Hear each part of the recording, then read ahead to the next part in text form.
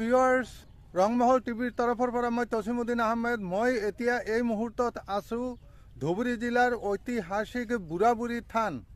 মই আপোনালোকক দেখুৱাইছো এই ঐতিহাসিক বুঢ়াবুঢ়ী থানৰ যেটো ভৌগোলিক অৱস্থান। শেষলৈকে ভিডিঅ'টো চাই থাকিবৰে। যিসকলে ৰংমহল টিভিৰ এই ভিডিঅ'টো প্ৰথম চাই আছে তেওঁলোকে অনুগ্ৰহ কৰি সাবস্ক্ৰাইব কৰিব আৰু গোটেই ভিডিঅ'টো চাব। বুঢ়াবুঢ়ী ঐতিহাসিক থানটোৰ বিষয়ে আপোনালোকে সকলো কথা জানিব পাৰিব।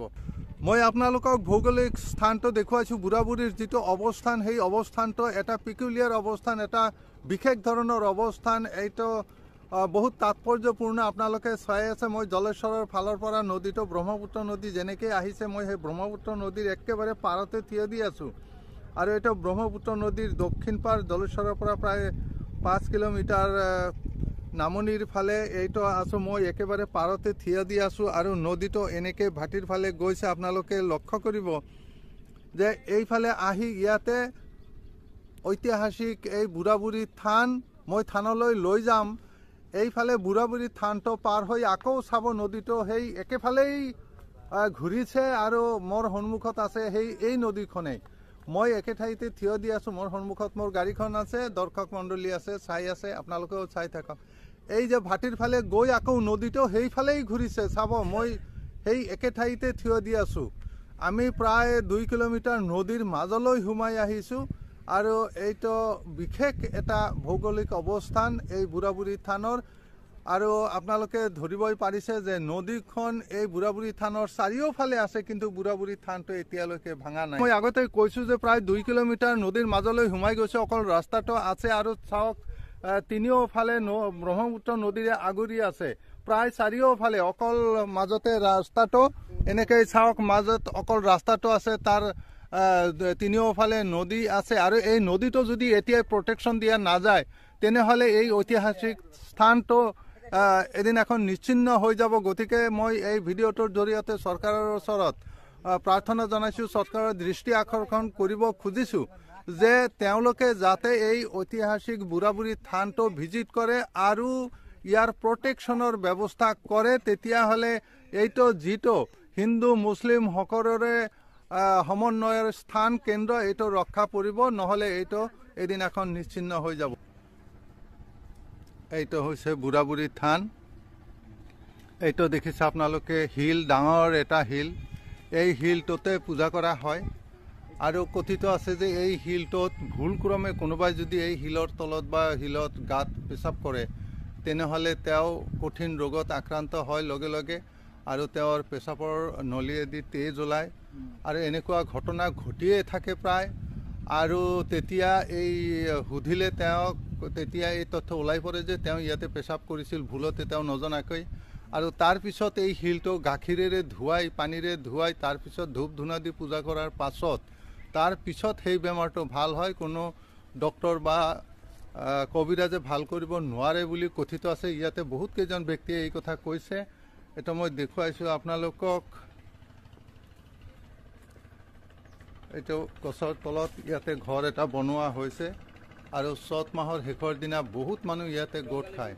আৰু আপোনালোকক মই দেখুৱাইছো যে আগতে কৈছো যে ই নদীৰ মাজত একেবাৰে। আপোনালোকে চাওক, এইটো নদীৰ পাৰত, এইখিনি ভাঙা নাই আৰু এইফালে চাৰিওফালে নদী আছে। আৰু এই নদীটো ঘূৰি আহিছে এইফালে দি আকৌ এইফালে বৈ গৈছে। এতিয়া যদিও চৰ পৰিছে আৰু বাৰিষাৰ কালত এই একেবাৰে মন্দিৰটো আহি পায় নদী, আৰু এই নদীটো এইফালে ধুবুৰীৰ ফালে বৈ গৈছে। মাজতে অকল এই ৰাস্তাটো আৰু এনেকেই আছে। আৰু সেইটো কাৰণে ইয়াৰ লোকেল মানুহে দাবী কৰিছে যে ইয়াৰ চাৰিওফালে শিলৰ স্পাৰ্ট দিব লাগে, বান্ধ দিব লাগে, প্ৰটেকশ্যন কৰিব লাগে চৰকাৰে, নহ'লে এইটো কোনোবা দিনা নিশ্চিন্ন হৈ যাব। মই আগলৈ দেখুৱাইছো আৰু এটা ঘটনা আপোনালোকক দেখুৱাইছো, আপোনালোকে থাকক মোৰ লগত। এইটো চাব আপোনালোকে যে এই বুঢ়াবুঢ়ী থানৰ লগতে আছে এইটো এটা কবৰ বুলি কয়। কাৰ কবৰ এই কথাটো এতিয়াও অজানিত, কোনেও ক'ব নোৱাৰে। ইয়াৰ এটা বিশেষ কাহিনী আছে। 2021 নৱেম্বৰ মাহৰ আজি 6 তাৰিখ আৰু এই সময়ত মই উপস্থিত আছো এই বুঢ়াবুঢ়ী থানত। আৰু এই বুঢ়াবুঢ়ী থানত এৰিয়াৰ ভিতৰতে আছে এই বিশেষ কবৰটো। যোৱা 5 বছৰ আগত হঠাৎ এজন অপৰিচিত ব্যক্তি ইয়াত উপস্থিত হৈছিল আৰু তেওঁ কৈছিল যে ইয়াতে এটা কবৰ উঠিব আৰু সেই মানুহজন তাৰ পিছত নিশ্চিন্ন হৈ গৈছে। ক'ত গৈছে কোনেও ক'ব নোৱাৰে, কোনেও চিনি নাপায়। কিন্তু তাৰ কেইদিনমান পাছত দেখা গৈছে ইয়াত মাটিৰ তলৰ পৰা এটা কবৰৰ নিচিনা ওপৰ ফালে উঠি আহিছে আৰু এই খবৰটো ইয়াৰ ৰাইজে চৰকাৰক জনাইছে, ডিচিক জনাইছে আৰু তাৰ পৰা ধুবুৰীৰ পৰা ইঞ্জিনিয়াৰ আহিছিল। ইঞ্জিনিয়াৰ আহি এইটো সঠিক বুলি তেওঁলোকে প্ৰতিপন্ন কৰিছে। তেওঁলোকে এইটো খান্দি ভিতৰত কি আছে চাবৰ চেষ্টা কৰিছিল, যদিও পাছত তেওঁলোকে সাহস পোৱা নাই আৰু সেই ঠাইখিনি এতিয়া এনেকৈ প্ৰটেকশ্যন কৰি ৰাখিছে। আৰু চৈত্ৰ সংক্ৰান্তিৰ দিনা যেতিয়া ইয়াতে পূজা হয় তেতিয়া মুছলিম মানুহখিনিয়ে আহি ইয়াতে তেওঁলোকৰ নিয়মানুসৰি কিছু জপ তপ কৰে। ইয়াতে কোনোবা পীৰ মানুহৰ কবৰ আছে বুলি তেওঁলোকে ধাৰণা কৰিছে আৰু সেইকাৰণে এতিয়া এনেকৈ প্ৰটেকশ্যন দি আহিছে। ইয়াতে আহি বহুত মানুহে মানস কৰে, কোনো বেমাৰ আজাৰ হ'লে ইয়াতে আহি মানস কৰে, এনেও কিবা মনোকামনা পূৰণৰ কাৰণে আহি মানস কৰে। ইয়াতে যি স্থানীয় ব্যক্তিসকল আছে তেওঁলোকৰ মাজত মই এজন ব্যক্তিৰ লগত কথা পাতিছোঁ। আপোনালোকে শুনক এই বুঢ়াবুঢ়ী থান সম্পৰ্কে কি কয়। আমাৰ ৰংমহল টিভিৰ তৰফৰ পৰা আপোনাক নমস্কাৰ জনাইছোঁ। নমস্কাৰ। আপোনাৰ নামটো ক'বনে? মোৰ নামটো শ্ৰী পৰেশ চন্দ্ৰ দাস। এই বুঢ়াবুঢ়ী থান সম্পৰ্কে কওক। আমি যি দেখিছোঁ চাৰিওফালে নদী, মাজতে বুঢ়াবুঢ়ী থানটো, এইটো সম্পৰ্কে আপুনি কি ক'ব খোজে?